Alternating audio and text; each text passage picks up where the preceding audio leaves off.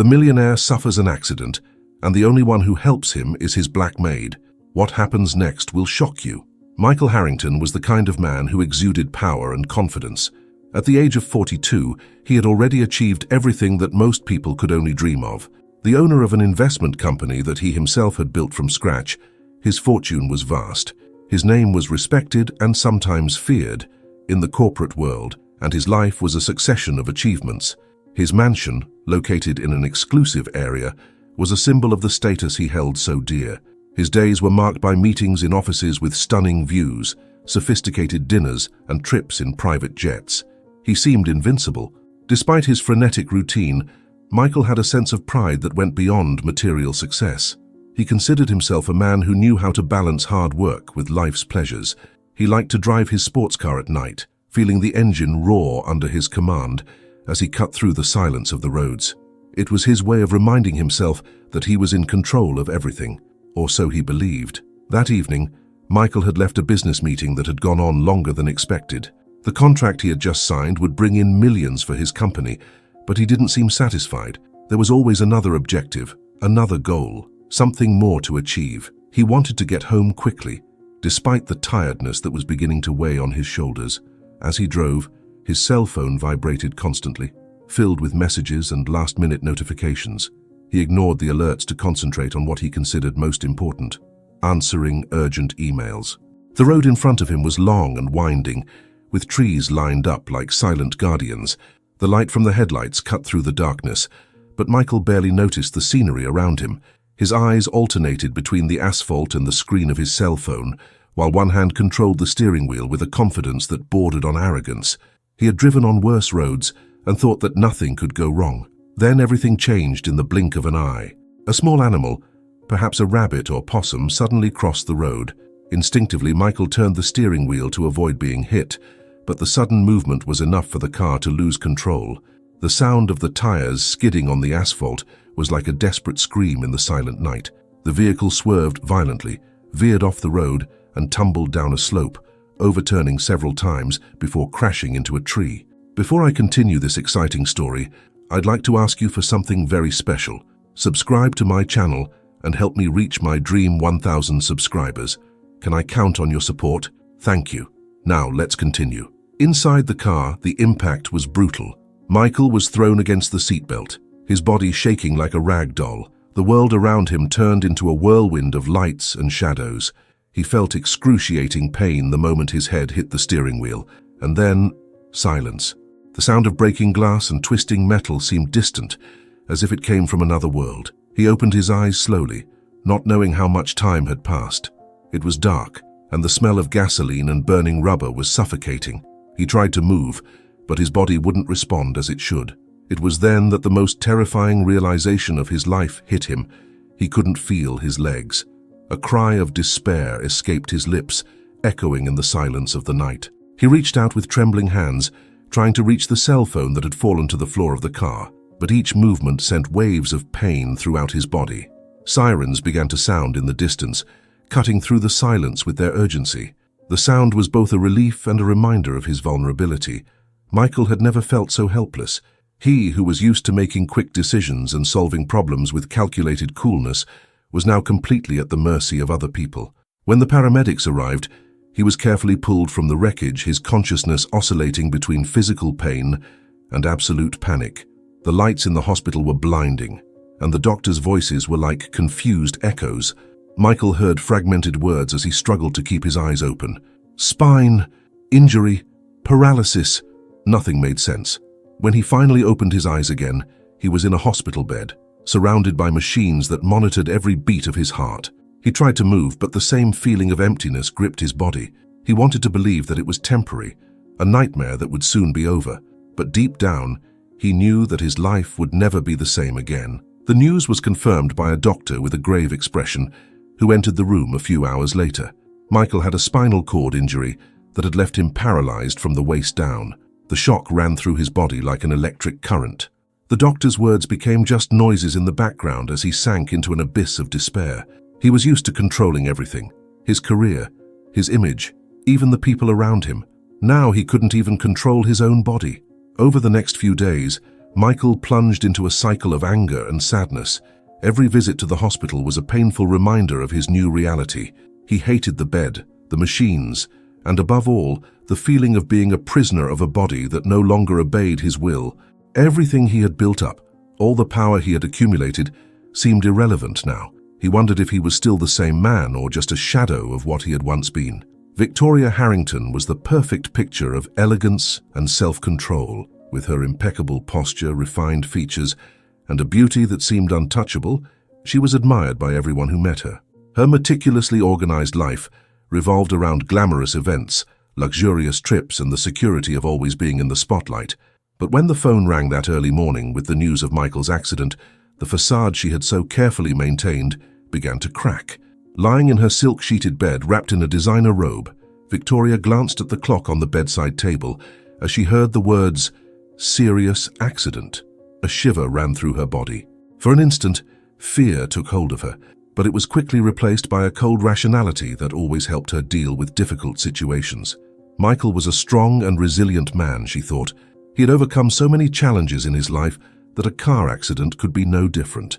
Convinced that he would soon be all right, Victoria got up with controlled haste, adjusting her hair in the reflection of the mirror before grabbing an elegant coat and heading off to the hospital. As the car glided through the dark streets, her mind was in turmoil. She tried hard not to imagine Michael being hurt, but an uncomfortable thought kept surfacing. How would this change his life? He had always been the rock on which she had built her stability and lifestyle. And now, while this thought bothered her, she pushed it away, convincing herself that Michael was indestructible. When she arrived at the hospital, she was quickly led to Michael's room. The sight she encountered left her breathless. He was lying there, pale, with cuts on his face and tubes connected to machines that monitored his vital signs. For the first time in years, Victoria felt vulnerable. "Michael," she said quietly, approaching the bed. When he opened his eyes and saw her, a flash of relief crossed his gaze. She held his hand, cold and trembling, trying to convey a strength that she herself didn't feel. "You'll be fine. I'm here," she murmured, more to convince herself than to comfort him. Over the next few days, Victoria tried to devote herself to the role of wife. She visited Michael every day, brought him flowers to brighten up the sterile environment, and talked to the doctors about his condition. When she was by his side, she listened carefully as he vented, talking about the accident and the fears that now consumed him. Despite this, there was something in her that resisted the idea of fully accepting this new reality. Each visit was a test of patience, and the sight of the once vigorous man now reduced to a frail body was a painful reminder of how much his life had changed. When the doctors finally explained Michael's prognosis, a spinal cord injury, paralysis from the waist down, and a long road to recovery, Victoria felt the ground open up beneath her feet. In public, she stayed strong, assuring everyone that they would get through this together. But in private, her mind was dominated by thoughts of everything she had lost, the parties she would miss, the trips that would have to be postponed, and the constant feeling of being trapped in a reality she had never asked for. When she returned home, the mansion that had once represented luxury and perfection now seemed like an oppressive space. The master bedroom had been transformed to accommodate Michael's condition, with medical equipment and a hospital bed dominating the space. In the early days, Victoria made an effort to help him, adjusting pillows, bringing water when he asked for it, and even sitting next to him to watch a movie. But each day brought new challenges, and her patience began to wear thin. Michael, for his part, felt the weight of the situation acutely. He noticed Victoria's efforts, but he also noticed the moments when her attention wavered. One evening, while she was adjusting her position in the wheelchair, he said, almost in a whisper, "Victoria, this can't be easy for you. You can be honest with me." She hesitated, visibly uncomfortable. Her eyes met his, and for a brief moment, it seemed as if they were going to open. "Of course it's difficult," she finally said, her voice colder than she had intended. "But we'll manage." From then on, the distance between them began to grow. Victoria spent more time out of the room, making excuses to avoid the most challenging interactions. When she was present, she seemed absent, her thoughts wandering to the events she was missing and the people she wanted to be with. The image of a perfect marriage they had built was crumbling, and Michael felt it. One night, while Michael slept, Victoria lay awake, staring at the ceiling and trying to ignore the sounds of the appliances. Each beep seemed like a cruel reminder of how her life had changed. In the morning, she decided that something had to be done. Over coffee, she gave voice to the thought that had been maturing in her mind. "Michael," she began, in a calculatedly soft tone, "I was thinking, maybe it would be better for both of us if you stayed in the guest room." Michael looked at her, confused. "In the guest room?" "Yes," she continued, adjusting her tone to sound rational. "I haven't been able to sleep properly with the gadgets and the sounds, and sometimes you need something in the middle of the night. There, you can watch movies at your leisure, adjust the devices without worrying about me. I think it would be better for both of us."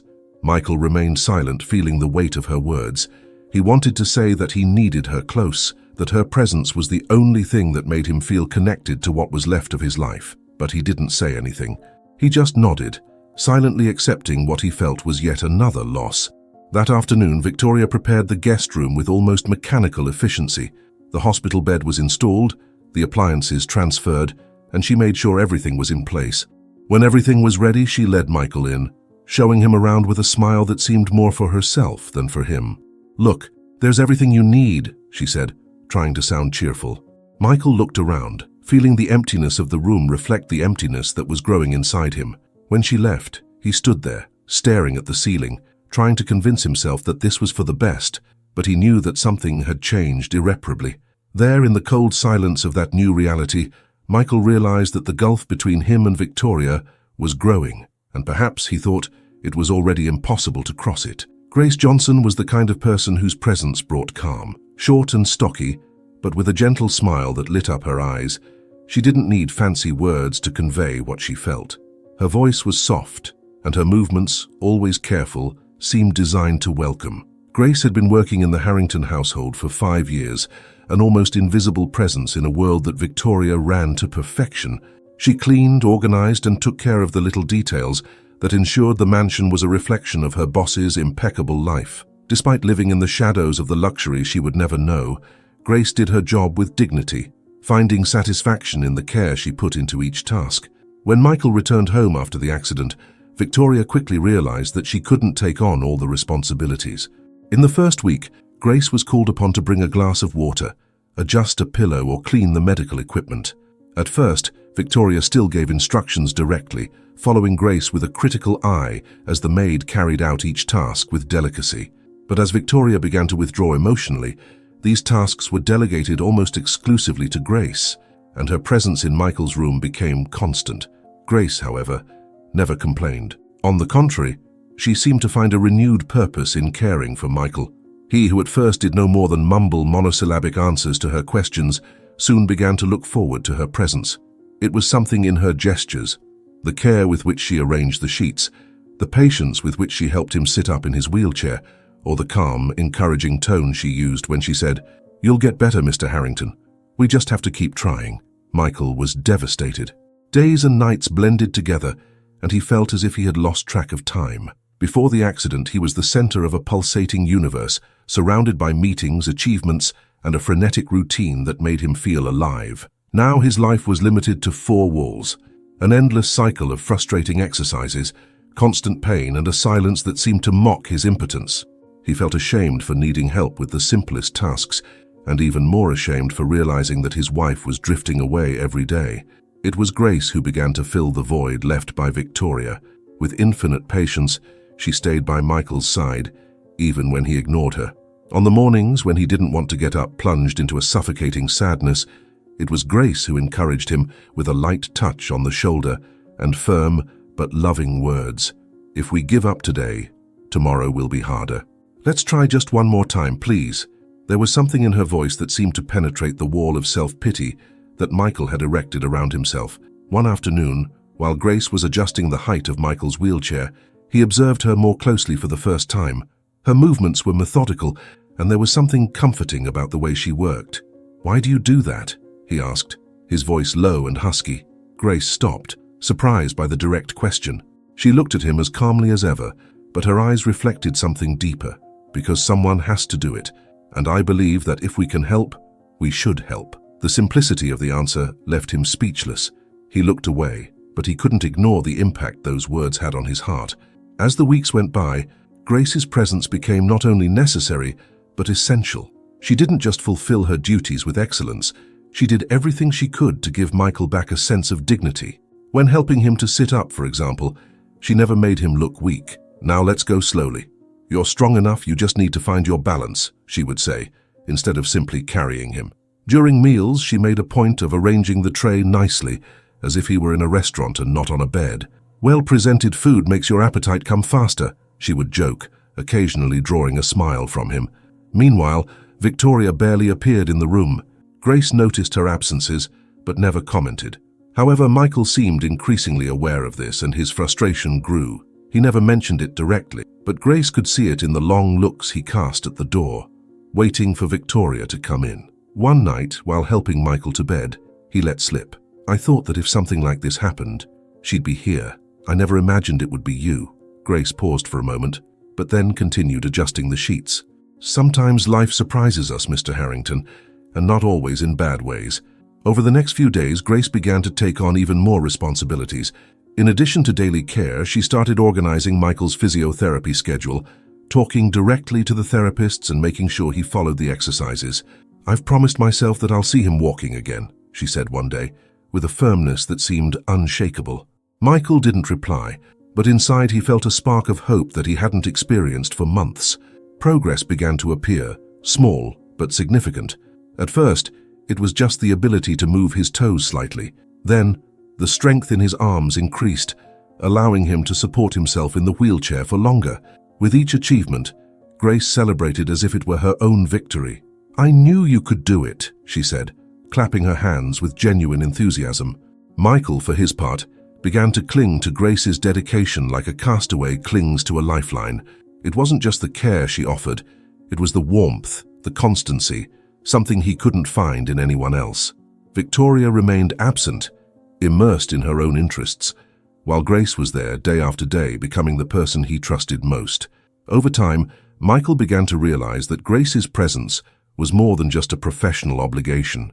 It was an act of genuine generosity, something he hadn't seen for a long time. And even without admitting it to himself, he began to look forward to the mornings when Grace's soft voice would wake him up and the promise of another day's progress would take shape. Grace Johnson wasn't just a maid. At that moment, she was the thread that kept Michael Harrington connected to hope.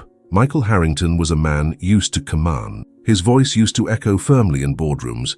His presence commanded respect, and his determination made him achieve what many considered impossible. Now, wheelchair-bound, and in the oppressive silence of his home, he felt as if he were living another life, a life he hadn't chosen. Depression arrived like a shadow growing by the day. At first, it was just a discreet discouragement that he thought he could ignore. But soon, it became an unbearable weight, a burden that made him want to stay in bed with the curtains closed and the days passing without distinction. His physical condition was only part of the problem. What hurt most was what he perceived around him. Victoria, who he had once believed to be his most solid support, was now absent, both emotionally and physically. Her distance was evident. The guest room, which was supposed to be a temporary solution, became a symbolic and practical separation. Victoria appeared occasionally, but her visits were brief, punctuated by generic, hurried comments. "Are you all right? Do you need anything?" she would say, as if reading from a script. And before he could answer, she had already disappeared, claiming to have commitments. Every time the door closed behind her, Michael felt the emptiness expand inside him. The silence was the worst part. He wasn't used to such silence. The mansion, once full of life and movement, now seemed like a mausoleum. The sounds of medical devices were constant, but they didn't keep him company. They just reminded him of his new reality. At night, he lay awake, staring at the ceiling, revisiting memories of a recent past when his life was full of purpose and meaning. One of these nights was particularly difficult. He tried to move his legs, an involuntary reflex of a mind that had not yet fully accepted his condition. When nothing happened, impotence hit him like a wave. "I'm a burden," he muttered to himself, his voice broken by emotion. A dead weight. The next morning, Grace entered the room as she did every day. Her presence always seemed to bring a lightness to the atmosphere, even on the darkest of days. "Good morning, Mr. Harrington," she said, with her usual smile. Michael didn't reply. He was facing the window, looking out at the garden he used to walk through every morning. Grace noticed the lack of response but didn't insist. "It's a beautiful day outside," she continued, as she opened the curtains to let the light in. The sun flooded the room, But Michael closed his eyes as if the light was an insult to the darkness in which he found himself. "I thought we could go out for a bit today, just to get some fresh air." "I don't want to go out," he replied dryly. Grace came closer, bending down beside him. "I know it's hard, but staying in here all the time isn't going to help. Let's just sit in the garden. I promise I won't say anything if you don't want me to. I just want you to have some sun on your face." There was something in her voice that disarmed him. He still hesitated, but in the end he let her help him get ready. When they reached the garden, Grace pushed his chair into a shady spot, but where the sun's rays could still be felt on his skin. For a while, neither of them said anything. Michael stared at the trees, listening to the birds, while Grace stood beside him, silent. It was the first moment in weeks that he felt any peace. "I used to run here," he said suddenly, almost as if talking to himself. "Every morning. Now, I can barely get out of bed without help." "You'll do it again," Grace replied, with a firmness that surprised Michael. He looked at her, searching for any sign of doubt, but found none. There was something in her expression that seemed unshakable. "How can you be so sure?" he asked. "Because you're strong. I know it feels like you've lost everything, but you still have your strength. It's here," she said, gently touching his chest. Her words stayed with him for the rest of the day. They didn't solve everything, but they planted a seed of something he had lost: hope. In the days that followed, Grace continued to be his only source of comfort. She encouraged him to go out more, even if it was just to the garden. She started reading him books she found in the mansion's library, sometimes light stories, sometimes deeper ones. "I want to find something that makes you laugh," she said, as she leafed through the books. Michael, however, still had dark days. On a particularly difficult afternoon, he let something slip that he had been holding back. "Do you think she still loves me?" he asked, referring to Victoria. Grace hesitated, knowing that any answer could be delicate. "I think love has many forms. Maybe she's struggling with it all in her own way." "You're being kind," he replied, with a sad smile. "But I know the truth. She's not here anymore." "Not really." Grace didn't reply. Instead, she held his hand, a simple gesture, but one that carried immense weight. Over time, Michael began to realize that while Victoria had become a distant echo, Grace was a constant. She wasn't just there out of obligation. There was something genuine about her care. She laughed at his jokes, even the most self-deprecating ones, and celebrated every little bit of progress as if it were a great victory. One night, as he stared at the ceiling, he thought about how his life had changed. There were losses he could never recover from, but there was also something unexpected: Grace. She was light in the darkness that consumed him, a reminder that there was still kindness and humanity, even in the most difficult times. Michael's progress began almost imperceptibly, like a light breeze before a storm. Everything seemed still until finally a small movement, a tiny change, appeared to break the monotony of stagnation. That was the nature of recovery, and Grace understood it like no one else.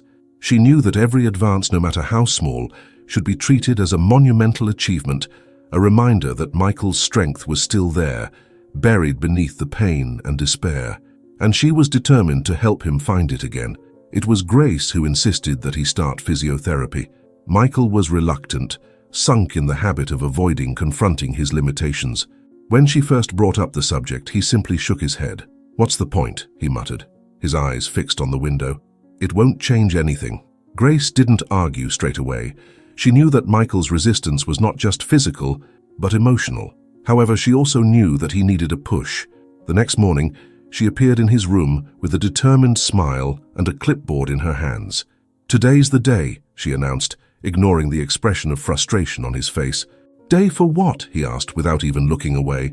"Fight day," Grace replied firmly. "I've already booked the first session with the physiotherapist. You can complain, you can fight me, but you're going to try. Just once. After that, if you don't want to continue, I promise not to insist." Michael knew that arguing would be pointless. Grace wasn't just persistent. There was something in her determination that made him accept her suggestions, even though he was upset. He sighed, exhausted before he even started, but agreed. The first session was a disaster. Every movement seemed impossible, every exercise a humiliation. The physiotherapist, a patient young man called Dr. Carter, began with basic exercises to stimulate the muscles and joints. Michael, however, seemed impenetrable. His eyes avoided Grace's, and he hardly responded to the doctor's encouraging words. "You see, I told you it wouldn't work," he muttered at the end of the session, sweat dripping down his forehead. Grace, who had been watching everything closely, came over and knelt down beside him. "Michael, nobody said it would be easy, but you've done more today than you did yesterday, and that's something. Let's not give up. I'm not giving up on you." Her words resonated with him, although he didn't admit it at the time. Over the next few days, the sessions continued, each one as challenging as the first. But Grace was always there, encouraging him, wiping the sweat from his brow, holding his hand when he felt he couldn't do it anymore. She became his fiercest advocate, demanding the best from him and making sure he didn't settle into despair. "You can do it," she said, every time he hesitated. "Even if you don't believe it now, I'll believe it for both of us." Michael began to notice changes, albeit small ones. His arms, once weak and shaky, could now support more weight. He began to feel small spasms in his legs, signs that his nerves were beginning to respond. Every advance was greeted by Grace with genuine celebration, as if he had climbed a mountain. "I knew it. You're doing it, Michael," she exclaimed, her eyes shining with joy. These moments began to change something inside him. He still had dark days, but now there was something else. A spark of determination, a desire to overcome not only for himself but also for Grace. She was investing so much in him, sacrificing so much, that he felt he owed it to her to at least try. One afternoon, during a particularly difficult session, Michael finally managed to get up from the chair with the help of parallel bars. He didn't remain standing for long, but that instant was enough for something to change profoundly. "Did you see that?" he asked breathlessly, looking at Grace with a smile he hadn't shown for months. "I saw it," she replied, tears streaming down her face. "I told you you could do it." As the weeks passed, Michael's progress became more evident. He began to use his arms to transfer from the chair to the bed, something that had previously seemed impossible. Grace's smile, which always accompanied him, became a symbol of hope. She remained by his side, making sure that every step on the road to recovery was celebrated. But not everything was easy. There were days when Michael's frustration boiled over. During one session, when he couldn't complete an exercise, he shouted, slamming his hand on the metal bar. "This is useless," he exclaimed, his voice shaking with anger and despair. "I'll never be who I was." Grace didn't back down. She stepped closer, looking him straight in the eye. "You're right. You won't be who you were. You'll be stronger, Michael. You're rebuilding, and that takes more courage than you realize. So scream, cry, do whatever it takes. But tomorrow, we'll be back here, and you'll try again." Those words stayed with him, even when silence filled the space between them again. He knew Grace was right. He was rebuilding himself piece by piece, and although it was painful, it was also liberating. Every day, Michael got closer to something he hadn't seen for months, the feeling that there was a future for him. It wouldn't be the same future he had imagined before the accident, but it would be one he could build with his own hands, and perhaps with Grace's constant and unwavering support. Victoria was still immersed in her own world, a universe of glamorous parties and high society events that seemed further away from Michael every day. For her, the mansion was now just a place to pass through. Her social engagements became a constant excuse to avoid the emotional weight that came with her husband's presence. Whenever she stopped by, her visits were quick and punctuated by superficiality. "How's the physiotherapy going?" she would ask, without waiting for an answer longer than "fine." Before Michael could develop a conversation, she was already looking at her watch or checking messages on her cell phone. He watched all this with a mixture of resignation and sadness.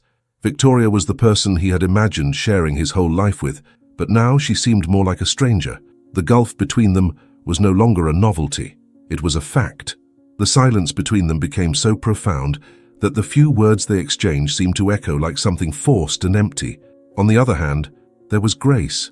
She was there, every day, with the same unwavering patience and dedication. But something began to change in the way Michael saw her. He wasn't sure when it started. Perhaps it was the day she helped him complete a particularly difficult exercise, holding him firmly by the hand as he tried to keep his balance. "You can do it, Michael." "I know you can," she repeated with a conviction that he almost believed was his own. That night, as he went to bed, he realized that her words kept echoing in his mind. Grace believed him, not like Victoria, who spoke empty words of encouragement, but because she really saw something in him that he himself couldn't see. It moved him in a way he didn't fully understand. The moments between the two began to take on an unexpected lightness. Michael, once so withdrawn and serious, began to open up, to share little things with Grace. He talked about his childhood, the lessons he had learned while building his company, the mistakes he had made. Grace listened attentively, occasionally smiling or asking questions that encouraged him to continue. There was an exchange there, something genuine that he hadn't felt for a long time. One afternoon, while Grace was helping him practice the parallel bar exercises, he watched her more closely. There was something in the way she looked at him, a warmth and strength that wasn't just in the words. It was as if she really wanted to see him win, not out of obligation, but because she really cared. For the first time, he wondered what Grace was thinking when she looked at him, not as a patient, but as a man. The bond between them became more palpable over time. Grace began to bring little touches of humanity into Michael's routine, like putting flowers in his room or preparing a special tea that she swore helped his recovery.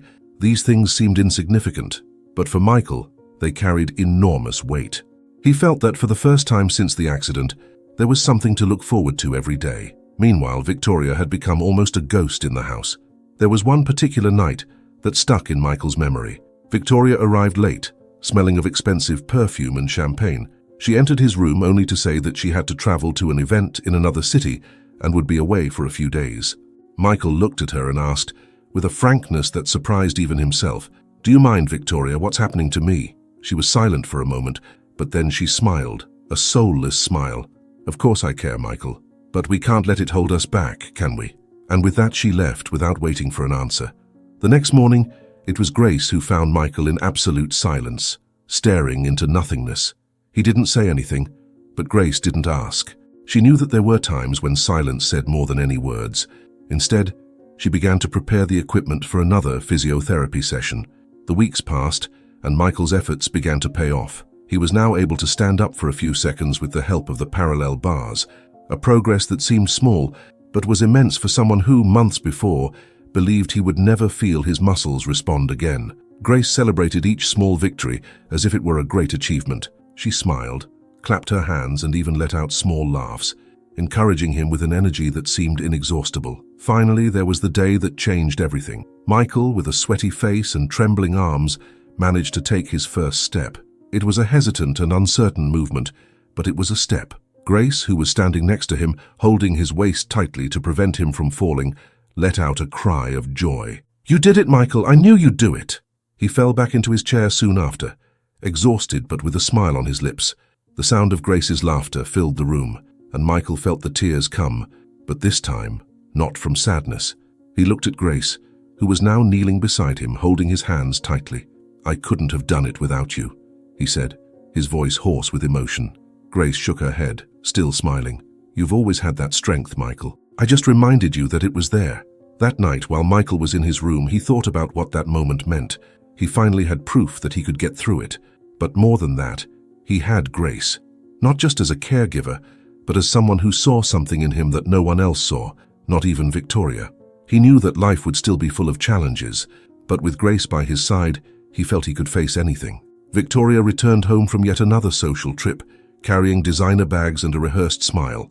As she entered the mansion, everything seemed as usual. The impeccable furniture, the soft scent of fresh flowers, and the silence that had become a constant companion in those corridors.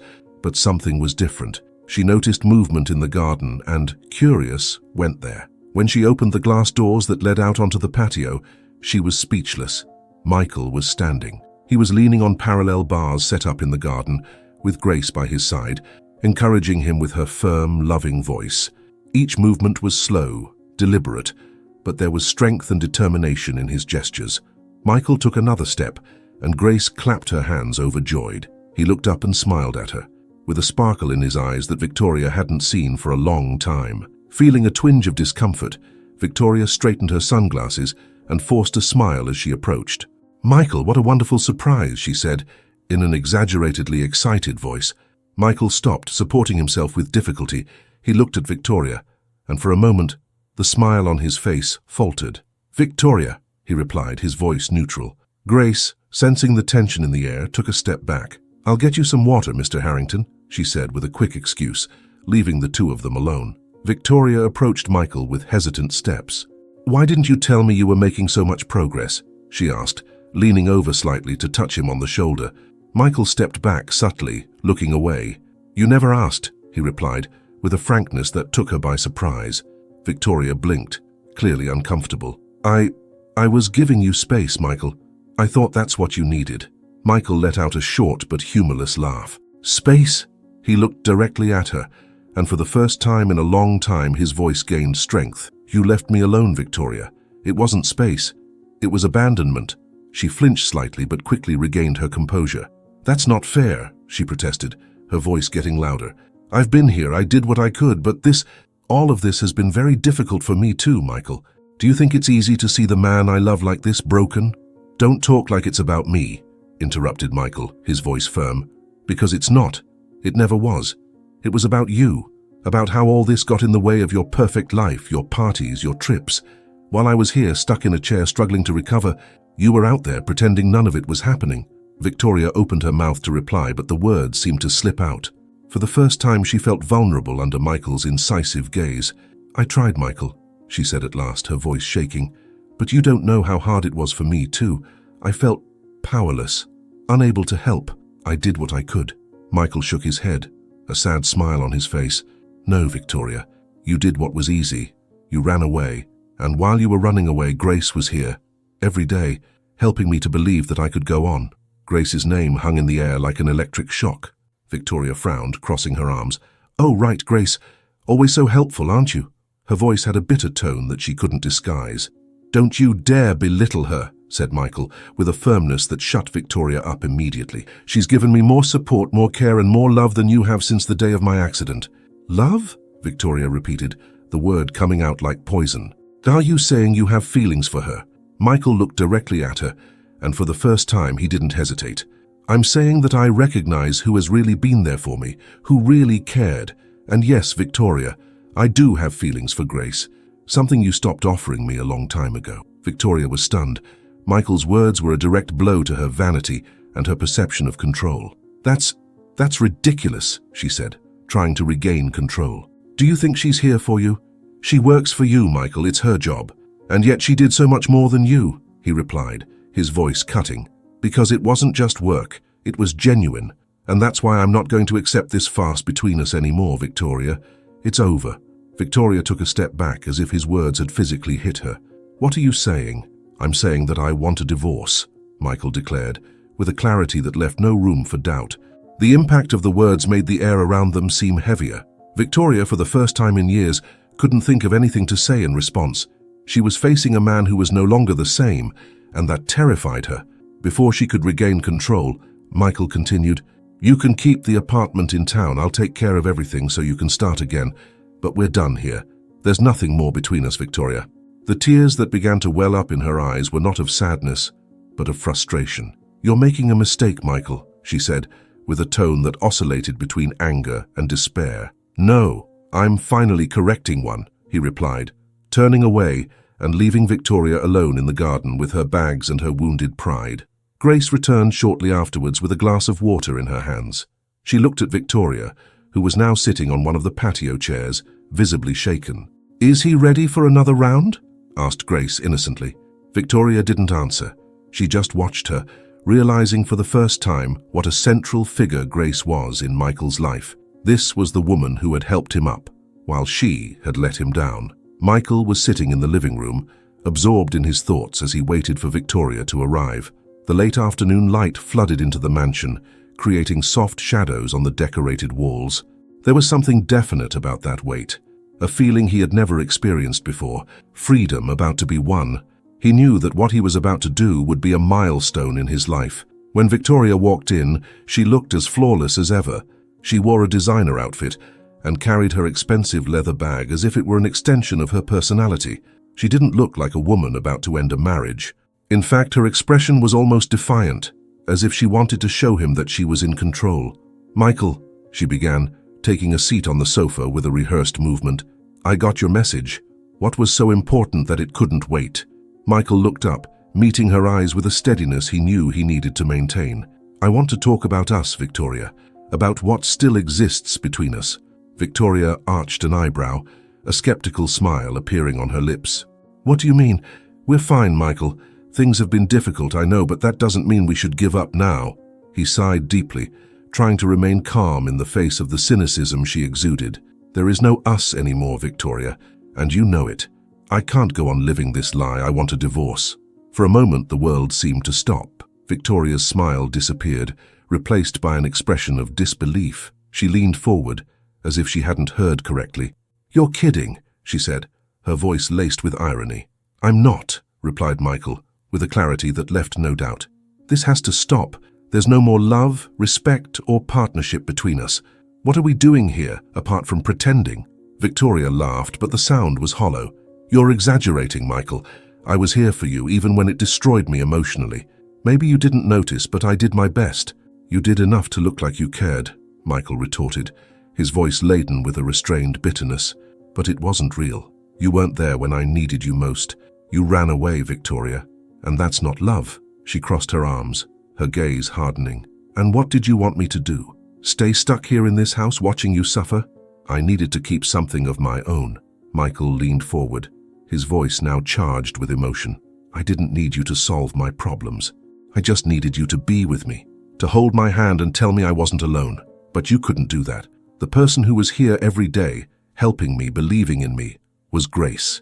Grace's name made the air in the room seem heavier. Victoria narrowed her eyes, her voice taking on a sarcastic tone. "Oh, right, Grace the savior. I imagine she's the great heroine of your life now, isn't she?" "She's more than that," Michael replied without hesitation. "She was my strength when I had none. She showed me that I still had value, that I could fight. Things you never tried to do." Victoria was silent for a few seconds, his words seeming to echo inside her. When she finally spoke, her voice was lower, but still defensive. "Are you saying you want to end it all for her?" "It's not just for her," Michael replied. "It's for me, because I no longer want to live a superficial life, full of appearances and no substance. I deserve more than that, and so do you, Victoria. So it's just that we're no longer part of each other's future." Victoria looked at him for a long moment, as if trying to find something she could use against him, but there was nothing else. "If that's what you want," she finally said, her voice cold, "then that's what you'll get." When Victoria walked out the door a few days later with her suitcases and her haughty expression, Michael felt a mixture of relief and sadness. It wasn't easy to end years of shared life, but he knew it was necessary. He watched the door close behind her, marking the end of an important and painful chapter in his life. Grace was in the kitchen, clearing a tray when he entered. When she saw him, she stopped immediately, noticing the tired but relieved expression on his face. "How was it?" she asked with the kindness that always accompanied her words. Michael hesitated for a moment, but then smiled, a small but genuine smile. "It's over. It's all over." Grace approached him, placing a gentle hand on his shoulder. "Are you okay with this?" He looked at her, noticing the care in her eyes. "Yes," she finally replied, "because now I feel like I can start again, for real." Grace didn't say anything, but the warmth in his gaze said it all. She knew how much this moment meant to him, and silently decided that she would be by his side every step of the way. That night, as Michael lay in his bed, he thought about everything he had lost and what still lay ahead.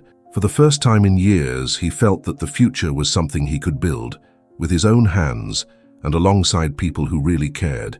The late afternoon sky was tinged with warm hues, while a gentle breeze crossed the mansion's garden, carrying the scent of damp earth and freshly watered flowers.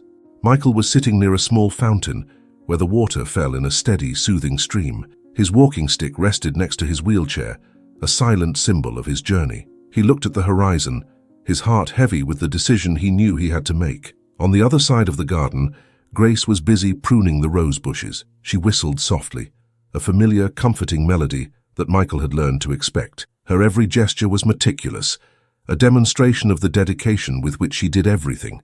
He watched her in silence, feeling his chest tighten. Grace was more than the woman who had helped him up.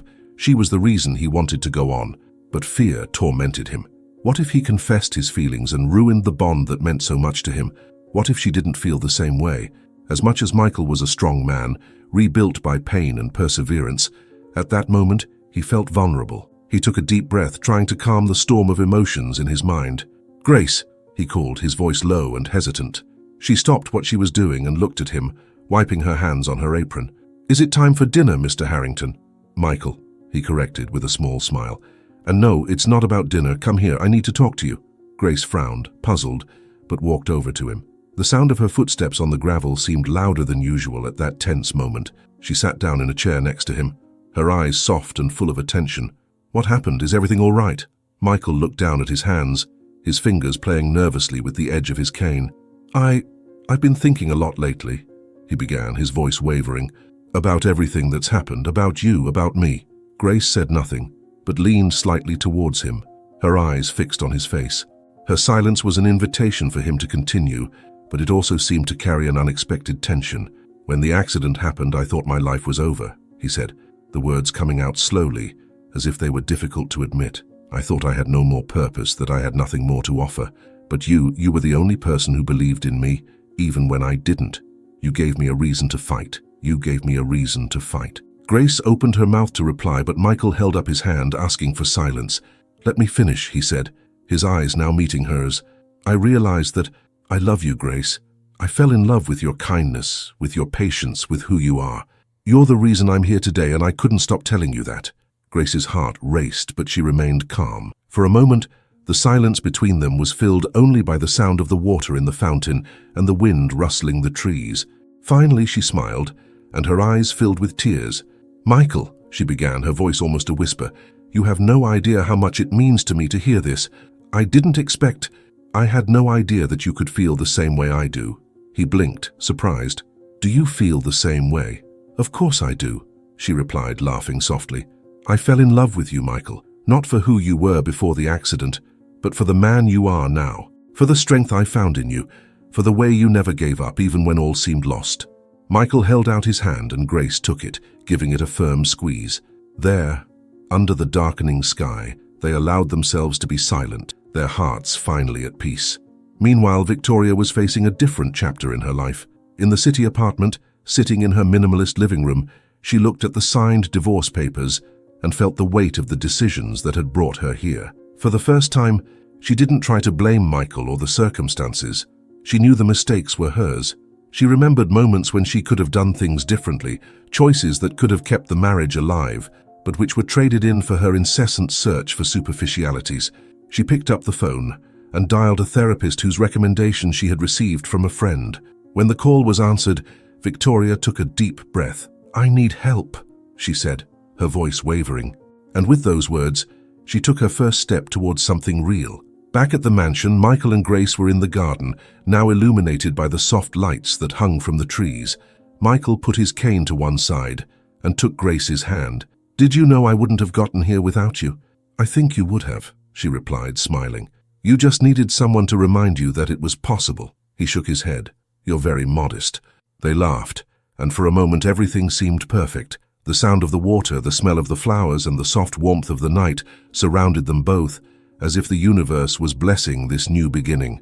If you liked this story and want to see more like it, subscribe to the channel and leave your like. Don't miss the video that's appearing on your screen right now. Click to continue following stories that will move you.